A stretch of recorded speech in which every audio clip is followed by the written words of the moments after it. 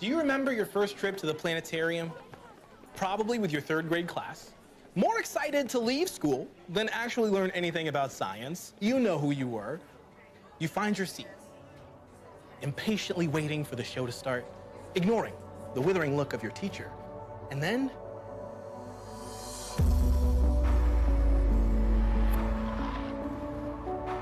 wow, incredible.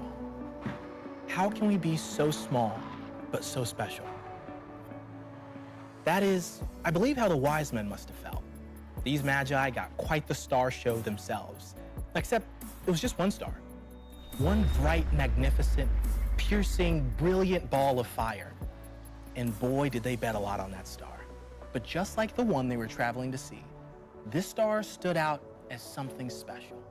This one beckoned, "Follow me." And what a payoff. When they arrived in Bethlehem, they asked, "Where is the one born King of the Jews? We saw his star when it rose, and we've come to worship him." And it got me thinking, is worship a little different the harder the journey to get there? Struggling along the road with others? The type of trip that tests your faith and breaks your back? What's that worship like? I can't speak for the wise men. Maybe they shouted hallelujah, or they knelt in quiet reverence. We've all walked our own difficult journeys. And when we got to the other side, we all felt it. The joy we had to fight for tasted just a bit sweeter. And for that bright morning star, the one that caught you in awe when you saw it, well, what else can you do but rejoice when you realize that the journey was always leading you to Jesus?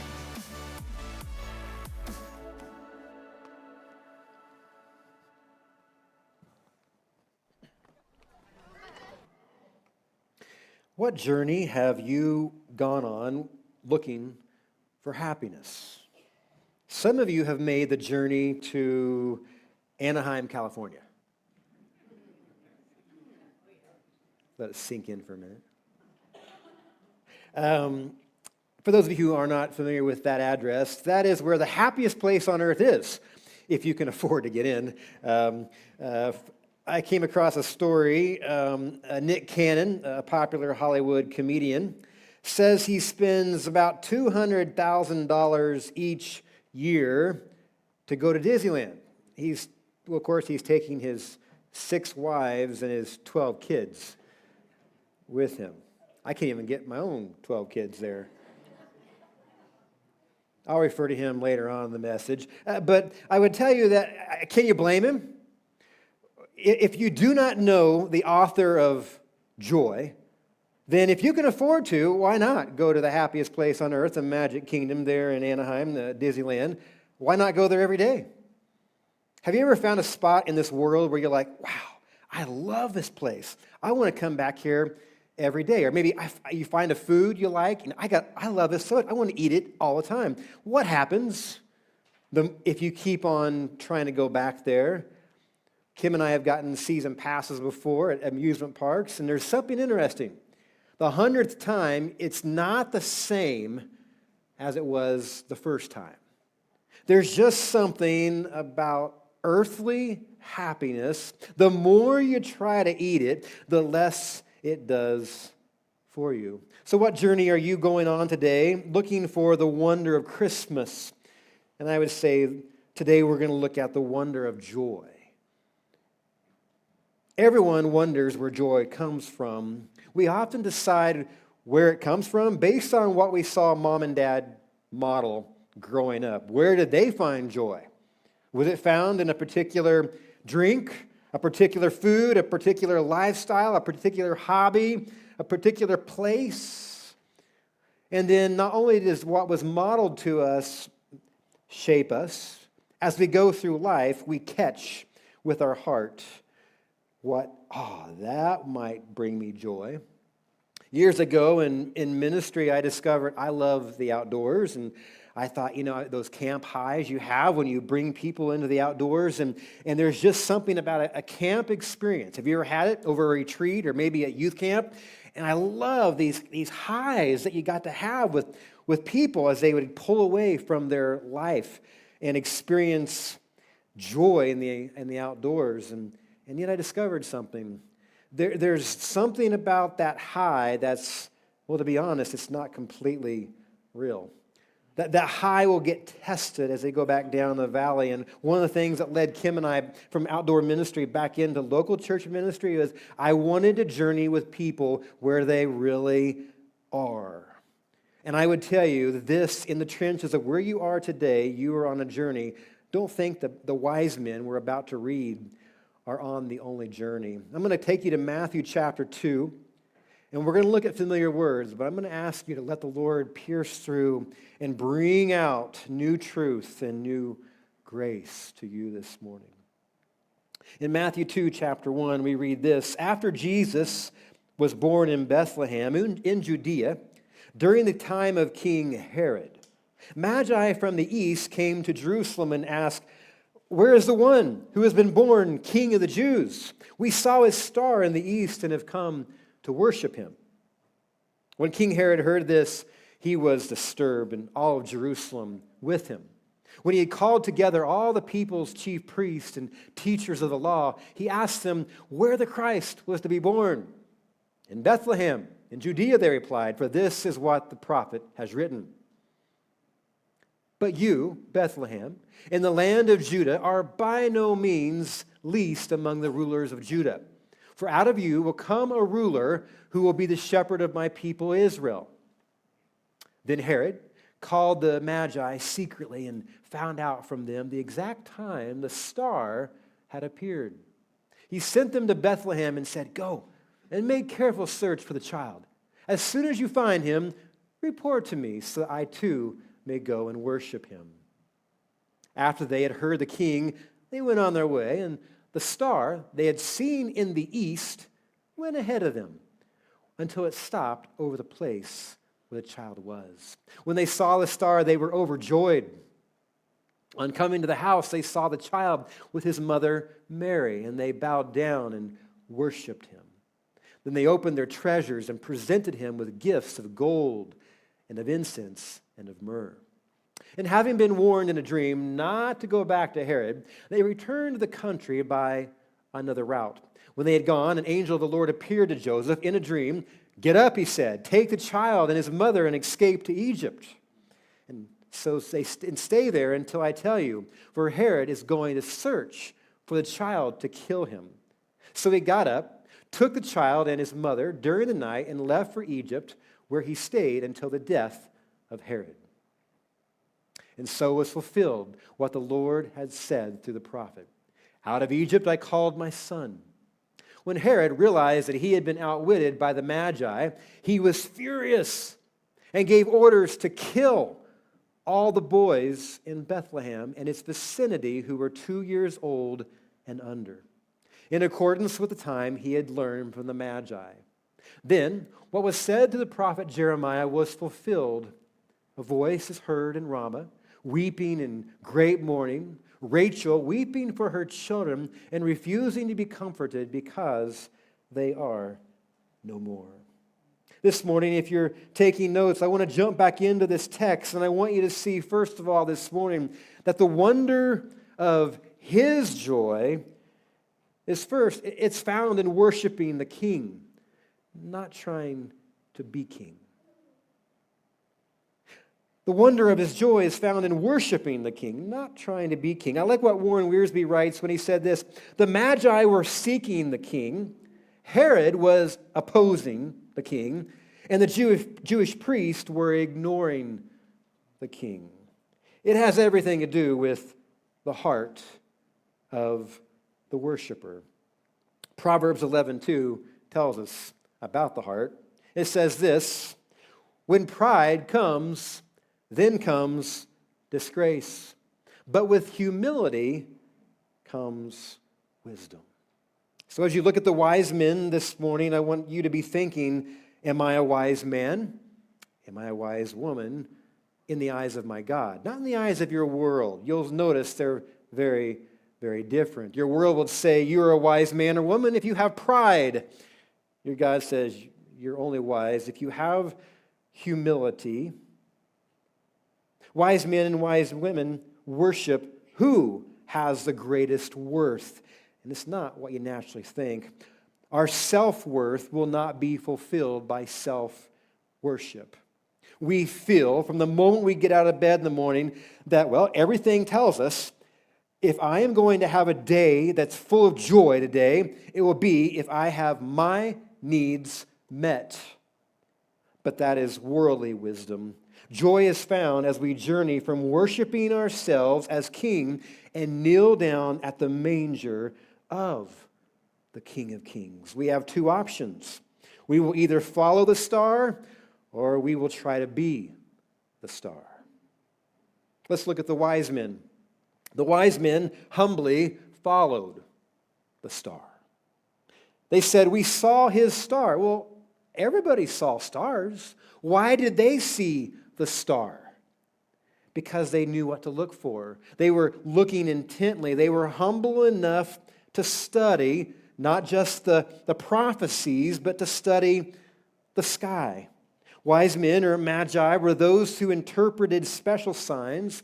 Principally, they were interested in the secrets of nature, astronomy, astrology, and medicine. And it was these wise men who would come from afar. You need to know it was far. On a map, if you were looking at Jerusalem and Bethlehem, they would, off to the east, would have been Persia, or today that would be modern-day Iran. They would have had to travel some 800 to 900 miles to see the star of Jesus. The empire they were from would have been familiar with prophecies from like Daniel, who had been a wise man himself about 600 years earlier in this empire that they were from. He would have given prophecies about the Messiah they would have been aware of. They would also have studied prophecies like the one from Micah in chapter 5 and verse 2, where they would have read, but you, Bethlehem, Ephrathah, though you are small among the clans of Judah, out of you will come for me one who will be ruler over Israel, whose origins are from old, from ancient times.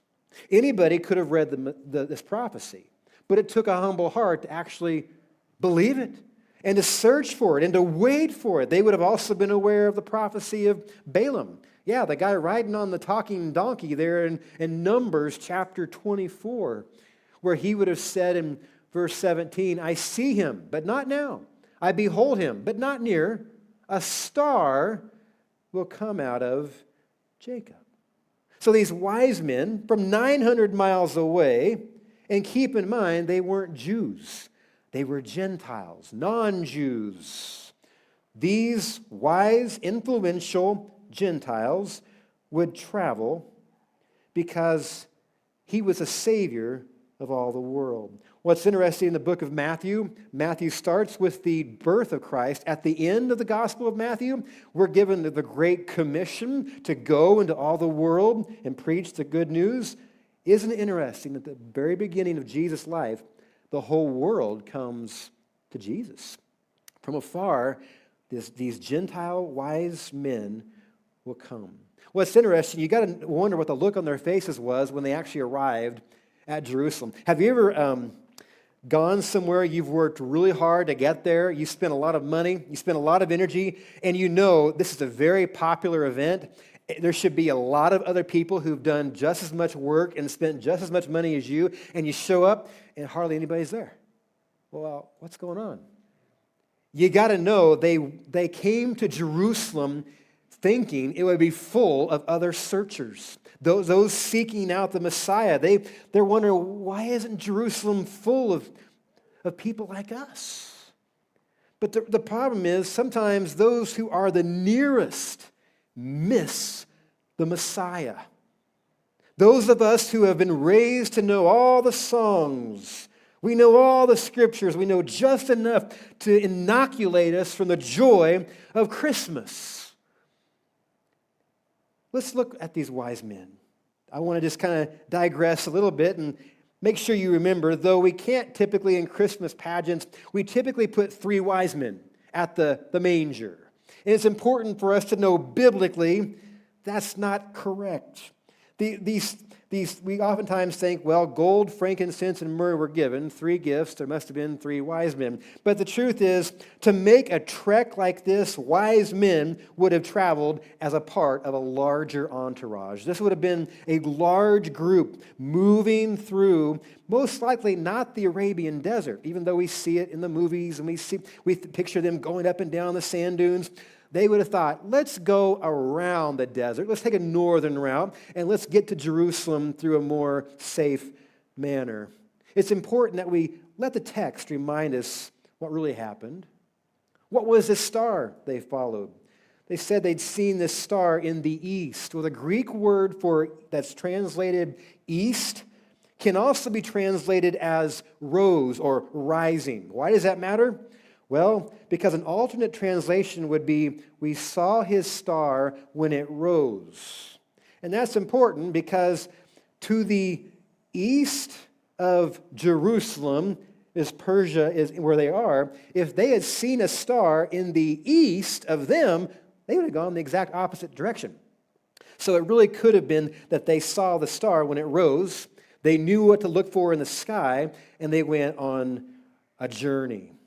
This star, you got to keep in mind, stars naturally travel across the sky from east to west. They don't go from north to south.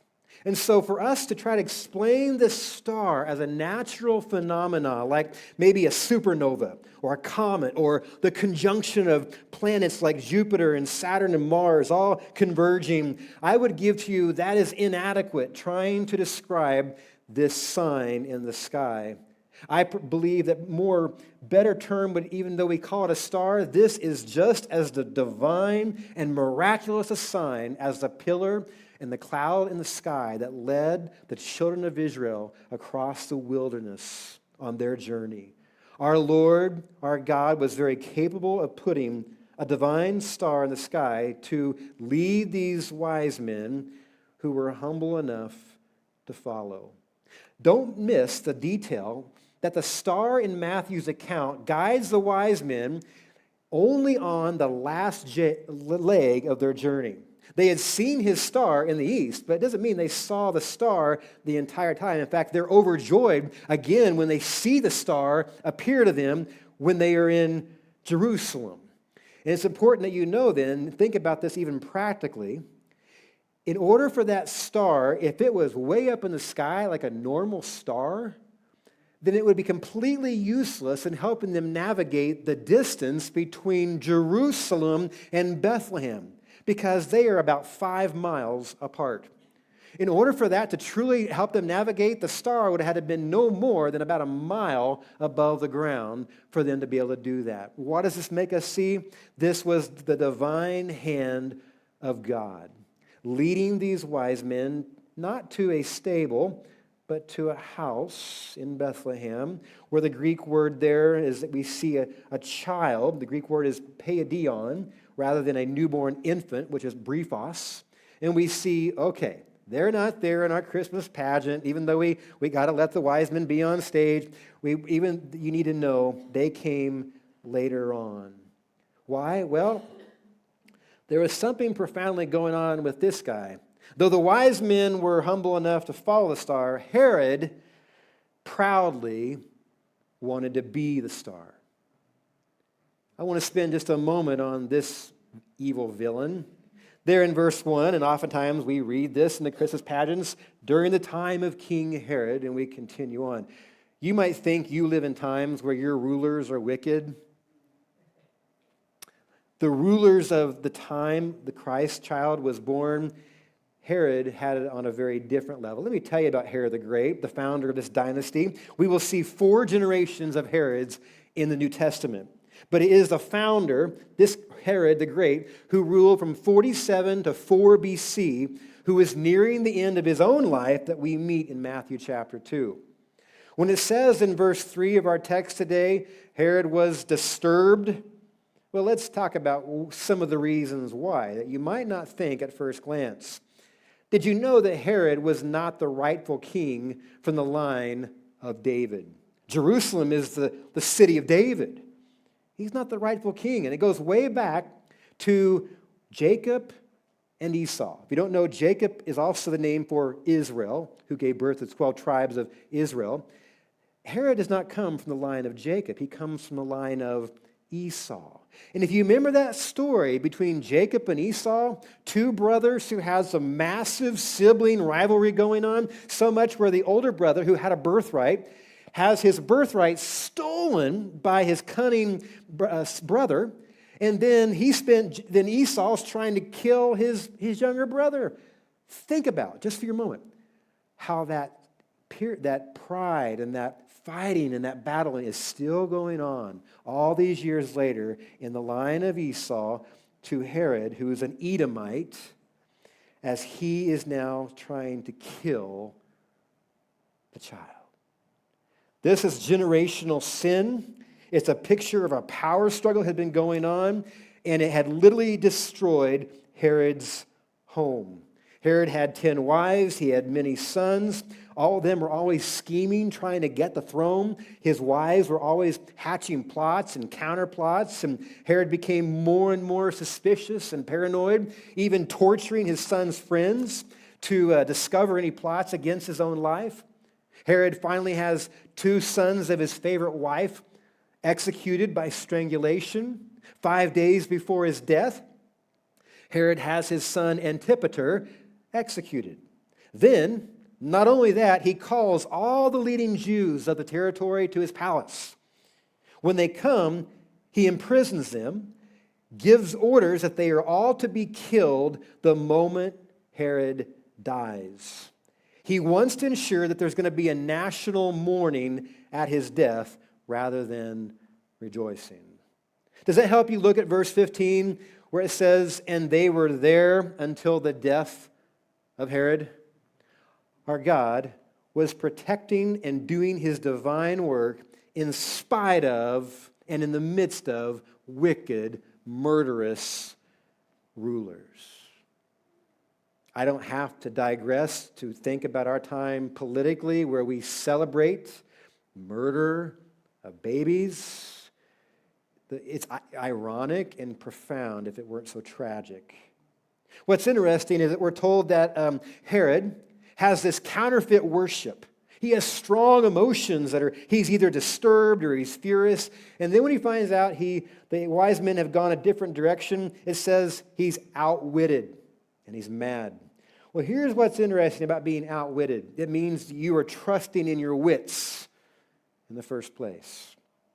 Most of us are trusting our wits the same way that Herod trusted his. We wake up, how do I feel? How do I think? And based upon what your wits tell you, you will either be happy or you'll be sad. He had reached his wits' end in a tragic way. Today, I want to ask you, are you willing to reach your wits' end where you no longer trust your wits, but you trust your king? Satan wants to kill your joy. The main way he does that is to deceive you into thinking joy is found in following your selfish desires. But the wonder of his joy is only found in worshiping the king, not trying to be king. Secondly, this morning, the wonder of his joy comes from the costly work of worship. Can you imagine you've traveled 900 miles on camel, I'm assuming? I mean, some of you guys have traveled on a horse a little bit. You know what that feels like to bounce up and down. They have worked hard. When it says in verse 10 they were overjoyed, well, I want to give you this picture. It's the picture of the team, the sports team. Picture everyone you want. You know when they're holding up that trophy, when they win the state or the national championship, they are overjoyed. Why? Because they have been overworked for months, if not years. They have worked hard, and that is what leads you to really value the worth of your worship, and you're overjoyed. If you're coming in this morning to worship, and there's not been any cost that you've been willing to pay this week, worship will cost very little during the week, and it will pay out very little on Sunday morning. If you ever come in and go, wow, why was worship such an amazing experience this morning? I can tell you it had nothing to do with me or Seth or anybody on stage. It was because you had been worshiping that week. You had been paying the cost for following the king instead of trying to be king. So when you see gold and frankincense and myrrh laid there before the manger, gold would have been most likely gold coins that they knew would be able to help the family out. They knew that the frankincense, which was a resin of trees that was burnt as incense in sacrificial offerings, they would be offering that. And then myrrh, a symbol of suffering and death that we will see later on mentioned as an ingredient in the burial of Jesus. Most likely, the wise men had no clue symbolically what their gifts were doing. All they were doing was offering a gift that cost them something. Wise men go all in. Do you? Or are you one of those Christians that says, I'm going to put just one foot in on Sunday morning, quickly take it back out the rest of the week before anybody notices? I'll come in and put one foot in. That's not a wise man. That's not a wise woman. Wise men go all in. That's the only way you find joy in Jesus. It begins to see that Jeremiah 29:11, which is oftentimes quoted, even by pagans, has two other verses after it. Let me give you the context. Let me start with verse 11. For I know the plans I have for you, declares the Lord, plans to prosper you and not harm you, plans to give you hope in the future. See, that's verse 11. We all like that. We like plans of prosperity. But let's continue on. Then you will call upon me and come and pray to me, and I will listen to you. You will seek me and find me when you seek me with all your heart. Wise men go all in. They don't say, well, I'll just have a little bit of Jesus. You are really honestly setting yourself up for a life of continual failure and disappointment, because joy is found only when we seek him with all of our heart. But this takes being a wise man. This takes being a wise woman. Wise men here, we see, they didn't puff up with their wisdom. They were humble enough to go on a journey. Where is the Lord asking you to work hard in your worship? Look at wherever the pain point is. And instead of that being an interruption to your Sunday morning worship, it is actually the very place that you will figure out his worth. And when you have all things stripped away, you begin to see he alone is worthy. He alone is the source of my joy. And really, in many ways, what you and I are doing when we lift our hands up on Sunday morning, whether it's outwardly or inwardly, we are literally lifting up a trophy based upon the practice we put in that week. Can you picture the team that literally never practiced? They're never going to hold the trophy.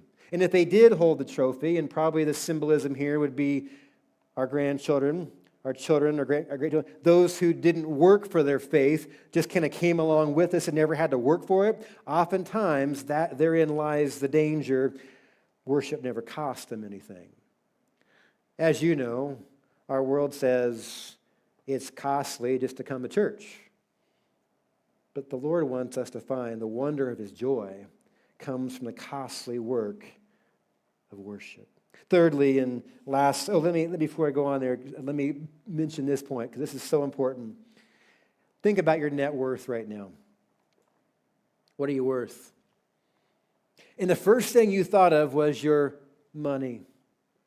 But I want you to see it completely different.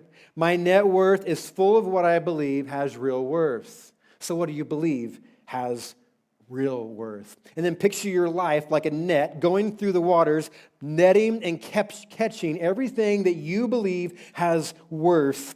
And when you get to the end of your life, you pull the net up, and that is your life's net worth. And the only thing that truly has worth is that which will last for eternity. So how much is in the net that will sustain an eternal inspection? Only that which is eternal in my net not only lasts for eternity, it's the only stuff that's capable of generating genuine joy. So if you're wondering, why does my happiness wear off all the time? Well, it's as simple as you're relying on carnal things, and that could be even your spouse or your cute little kids.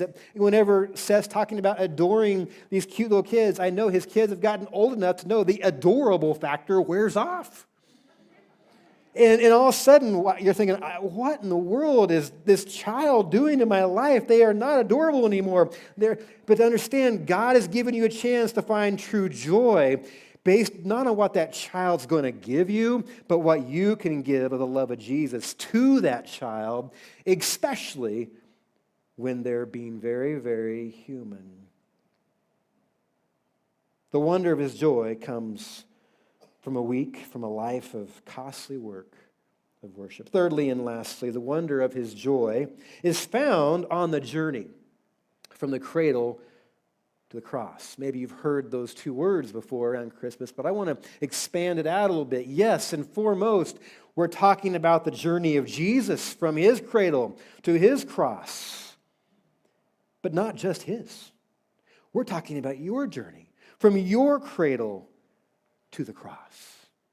The wonder of his joy is only found as we journey to the cross. It starts with Psalm 16:11. It's really asking this question in Psalm 16:11. You have made known to me the path of life. You will fill me with joy in your presence, with eternal pleasures at your right hand. Would you like to have eternal pleasure that doesn't take $200,000 and you don't have to stand in line, it didn't wear off and you have to go back, but it's actually eternal? Then you got to trust your God instead of trusting your senses. John chapter 15 gives us a chance to really see will we trust him when he says about joy. You ready for it? If you obey my commands, you will remain in my love, just as I've obeyed my Father's commands and remain in his love. I have told you this so that my joy may be in you and that your joy may be complete. So he set this up for complete joy. You ready? My command is this: love each other as I have loved you. Greater love has no one than this, that he lay down his life for his friends. I didn't have it in the slides this morning, but do you remember the joy of Jesus? Hebrews says, who for the joy set before him endured the cross and scorning its shame. Joy was not interrupted or based upon the cross. His joy was there and gave him the courage to give because he loved. You see, many of us go through life like this tank, like this gas tank full of, hey, as long as you're pouring stuff into me and making me feel happy and good, then I'm going to have joy. But we miss the secret. No, Jesus says, if you obey my commands, you remain in my love, and then you get to pour out my love to those around you. And I would say, especially your spouse, especially your children, especially your closest friends, those who get on your nerves the most, because therein is where you could truly lay down your life for your friend, and there you'll discover the joy of Jesus as you journey from your cradle to the cross. And as you kneel before the cross, you realize, my Jesus died for me in his love. Why would I not do the same for those I love? But it will take wisdom. It will take wisdom. So let me hone in on that for a moment. If you're going to find the joy of God, you've seen John 15. This is not the wisdom of the world, right? The wisdom of the world is say, if you want joy, you've got to feel joy and find joy. But let me give you some things about this. Colossians chapter 2. Paul writes this: my purpose is that they may be encouraged in heart and united in love, so they may have the full riches of complete understanding, in order that they may know the mystery of God, namely Christ, in whom are hidden all the treasures of wisdom and knowledge.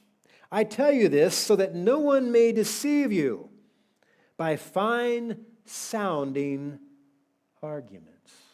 I want to camp on that phrase for a moment. He has just told you where all the secrets and treasures of wisdom and knowledge are found. They are found in Christ.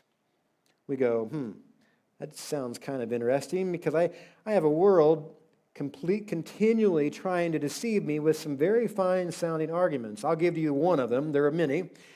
That is continually been bombarding your heart since you were from the cradle.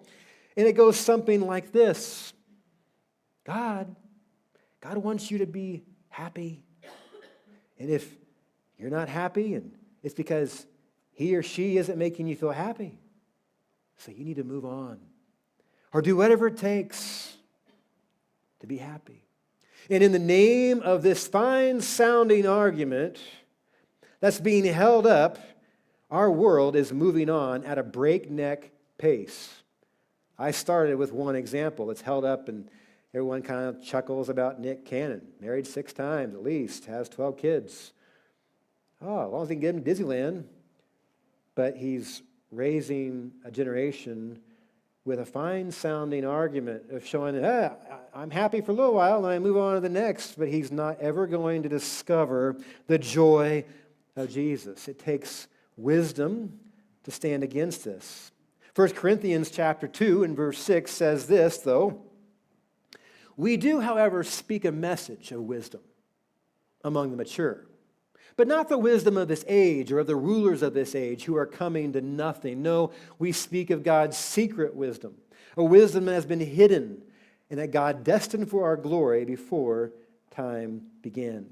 None of the rulers of this age understood it, for if they had, they would not have crucified the Lord of glory. Have you noticed, and again, I'm getting to the age where I recognize a lot of the faces that are held up of being childhood heroes of mine in Hollywood or in sports that are dying. You'll see so-and-so just died. You're like, whoa, you got them in your mind's eye, locked in, about 50 years younger. And you realize that the rulers of this age, they sound really good when they're giving their fine-sounding arguments on the Hollywood screen, in a movie, or in your social media feed, but they die. They are not the mature ones. They are the foolish ones who never found the joy of Jesus. So don't listen to them. The wisdom is found in Christ. Wisdom is found in worshiping the King instead of trying to be king. Life is a journey of learning that. It will take wisdom to distinguish between genuine joy and cheap happiness that runs out sooner or later. I'm going to ask you a couple questions, and we're going to move into just a time of prayer. First of all, let me ask you this question. Am I on a journey to joy with God's wisdom or worldly wisdom? And I would give to you, just look at where you're disappointed. This morning we sing a powerful song. I'm not sure if you've sung it enough times to memorize it and be able to really worship with it. But the song, Behold Our God, who sits on the throne high and lifted up. He's seated up there on the throne. What I want you to see, it's as simple as this. You'll be discouraged until you lift your eyes up to the throne. And as you're going through life, really what you're having a chance to do is to get your eyes off of your health, wealth, happiness, who's seated on the throne. Joy is on the throne. His name is Jesus. And until you worship him, you will not have joy. Am I on a journey because of Christ? And then the second question would be, how much is my life's net worth in eternity? And I can tell you that if you're like me, I'm kind of impressed by those billionaires. Just have to admit, wouldn't that be nice to throw around a few $1 million and not have to even worry about it? I mean, Kim knows I'm way too mesmerized by money. Still am, and I would say, but you oftentimes see what that money can't buy is joy.